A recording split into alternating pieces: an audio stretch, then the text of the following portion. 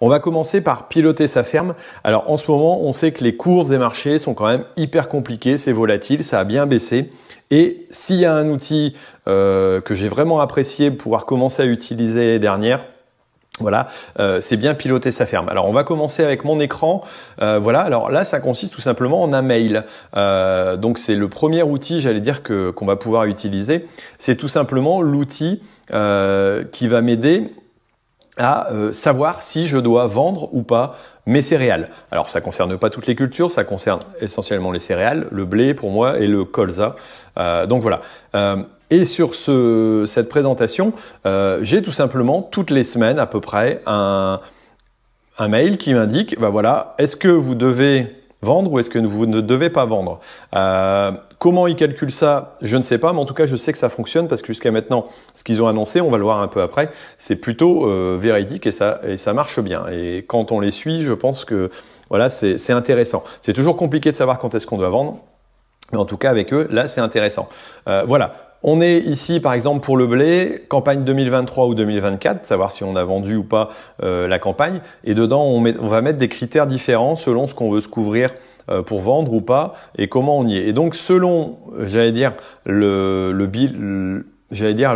profil que vous avez, si vous voulez vendre rapidement, si vous voulez attendre que vous ayez récolté pour commencer à vendre, des choses comme ça, vous pouvez l'adapter. Donc voilà, par exemple ici à cette époque-ci, on nous déconseille de commencer à vendre. Vous avez vu, ça a descendu au niveau des prix tout au moins où j'enregistre la vidéo.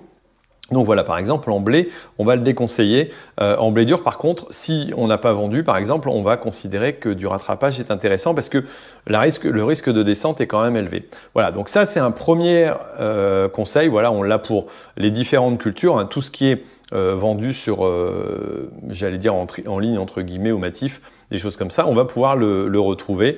Voilà, on a Euronext, on a, qu'est-ce qu'on va avoir encore, Rendu Rouen, voilà, les différentes possibilités. Ça, c'est en fonction de où vous vous situez et comment vous vendez. Donc voilà, ce premier outil, en utilisant piloter sa ferme, c'est vraiment génial. Alors, comment on le retrouve? On le retrouve aussi sur cet écran-là.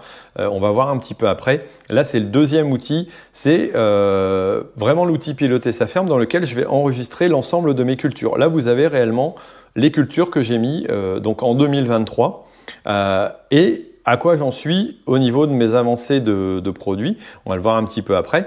Et donc voilà, en fonction des ventes et du chiffre d'affaires que l'on voudrait sécuriser pour pouvoir faire tourner sa ferme, on peut enregistrer en fonction de ses coûts de production. Mais là, il y a des calculs qui sont faits. En plus, on est accompagné par des formations avec Piloter sa ferme. C'est ce qui est génial aussi. Là, vous pouvez réfléchir à comment vous allez créer votre assolement et comment vous allez sécuriser votre revenu. J'ai des produits, moi je sais, qui vont sécuriser mon revenu et d'autres qui ne le vont pas. Et au fur et à mesure des ventes, je vais pouvoir enregistrer mes ventes et vérifier que tout ça c'est bien concrétisé. Donc voilà, ça c'est vraiment intéressant à ce niveau-là. Et ici, on a un deuxième exemple. Par exemple, pour 2024, comment je pense pouvoir sécuriser mon exploitation et est-ce que les productions que je vais vendre vont être rentables? On voit qu'en termes de céréales, ça risque d'être compliqué vu les cours qu'on nous annonce pour l'instant. Et voilà. Donc, par exemple, je sais qu'en blé, vu les coûts de production que j'ai, parce que j'en ai élevé, même en maïs bio, même en triticale, ça risque d'être dans le rouge. Les autres productions, potentiellement, avec les éléments que j'ai, voilà, me permettront éventuellement de gagner quelque chose sur l'exploitation. Donc ça, c'est quand même intéressant. Et de pouvoir, j'allais dire, rentabiliser la ferme. Ça, c'est vraiment ce qui est primordial au prime abord. Donc voilà pour ça. C'est vraiment un outil génial. Et puis, on a l'outil d'analyse qui est très intéressant. On va aller sur du blé rendu Rouen. Et c'est là qu'on voit un petit peu comment ça se passe au niveau des ventes et les conseils qu'ils ont pu donner.